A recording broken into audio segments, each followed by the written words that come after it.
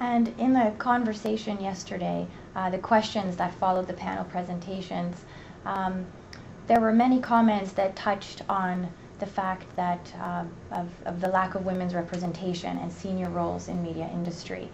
And I thought your comment was very interesting in response to that, looking at how we conceive of equality in that industry and what does equality look like and what happens when we focus on numbers. Are there other dimensions of change that we should also be attentive to?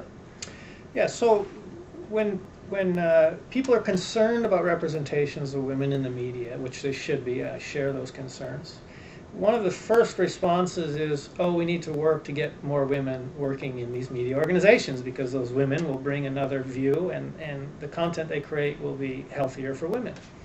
And there's undoubtedly a lot of truth for that, and we certainly need to have more women working at all levels, including the highest levels in media industries. And I strongly support that goal. But I think it's naive if we believe that we can simply sort of replace, swap out half the men in these media industries for women and expect the media content to change dramatically. Because, again, it goes back to the way media are structured.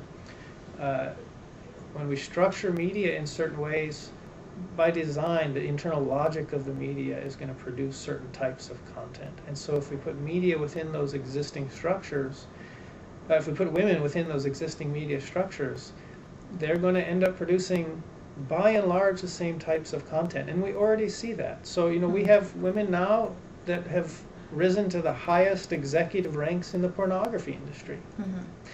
But the content of that industry hasn't changed. Mm-hmm. We have women in the highest executive positions in, say, the fashion magazine industry. And this is a media that's largely made by women, for women, consumed exclusively by women. A lot of studies have shown that it's not a particularly healthy media in its current form. Mm-hmm. Has devastating effects on the self-esteem of girls, for instance. And so we need to think about the structures of media as mm-hmm. well as the male and female bodies working within those industries. We need to address both simultaneously. Now, actually, there's one more thing that can really help people understand this, what I'm talking about, which is just you think about the way that a car is designed in Detroit, right? So if you have an automobile factory, you have workers on the assembly line. You can swap out half of those workers on the assembly line and make them women. It's not going to change the design of the car. There are much more profound forces at play that determine the overall design. You can even actually, put women at all different levels, so to use this analogy. What affects the design of the car is the way the company is structured, the way it's responding to various forces in society, and so forth. And it's the same with media. Many women are already working at some, various levels in the media, but they're not necessarily able to profoundly affect the design of the media product. And much of that is structural, as well as just a result of the sort of personal views and values they bring to their work. It was also clear yesterday from the discussion and the presentation that there are so many NGOs and women's groups around the world who are attentive to this issue and are working on these issues at various levels. So as a Baha'i, as a member of the Canadian Baha'i community, I wonder if you could talk a little bit about Baha'i efforts to affect change at the level of the individual and at the level of institutions. Sure, and I currently live in the American Baha'i community, actually, although I am from Canada originally. So, yeah, Baha'is are involved in a number of levels that, in my mind, all play an important role in these questions that we're asking about media and women.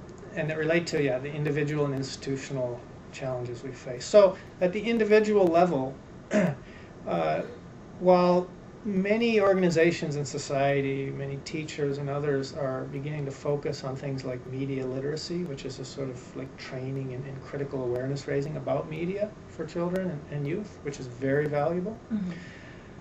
I think there are some deeper issues that we also need to address that are not always being addressed by media literacy training. And these have to do with how do we fundamentally understand ourselves as human beings? What is our nature, our purpose, and the source of our happiness?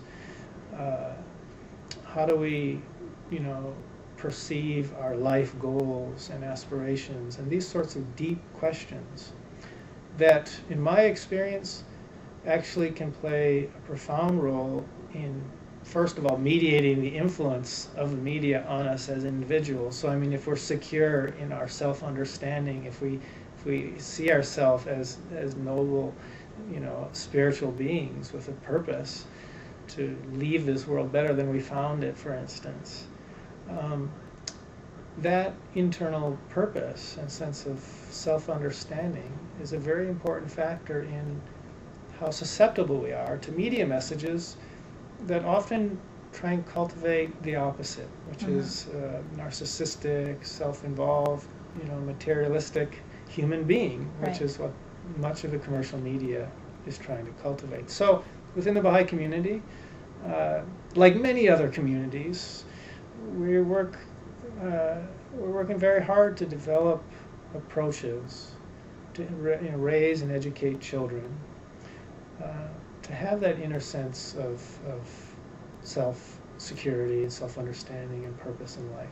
I think that's a crucial role that's actually often overlooked in discussions of media literacy, which tend to focus just on the sort of content of media and how to critically analyze it. Baha'is are also working to develop ways of empowering adolescent youth to navigate this crucial stage in their life. When they're trying to, formulate their life goals and figure out how to fit in, and grappling with really challenging social forces, including the media. So how do we empower youth at that stage so that they can, direct their transformative energies towards positive social means, rather than just succumb again to the fairly narcissistic influences of a lot of the media that surrounds them. So working with children, working with adolescent youth, in the area of both media literacy and also at deeper levels having to do with their self-understanding, their purpose in life, are very important aspects. On the other side of the continuum then, to look at the sort of institutional aspects of this, again, we can find examples in the Baha'i community of individuals like myself who in professional capacities are engaged in media policy discourse and media reform efforts. And policy and media reform are essential aspects of this problem, because the policy frameworks we have today are part of the problem. Structuring media to produce certain outcomes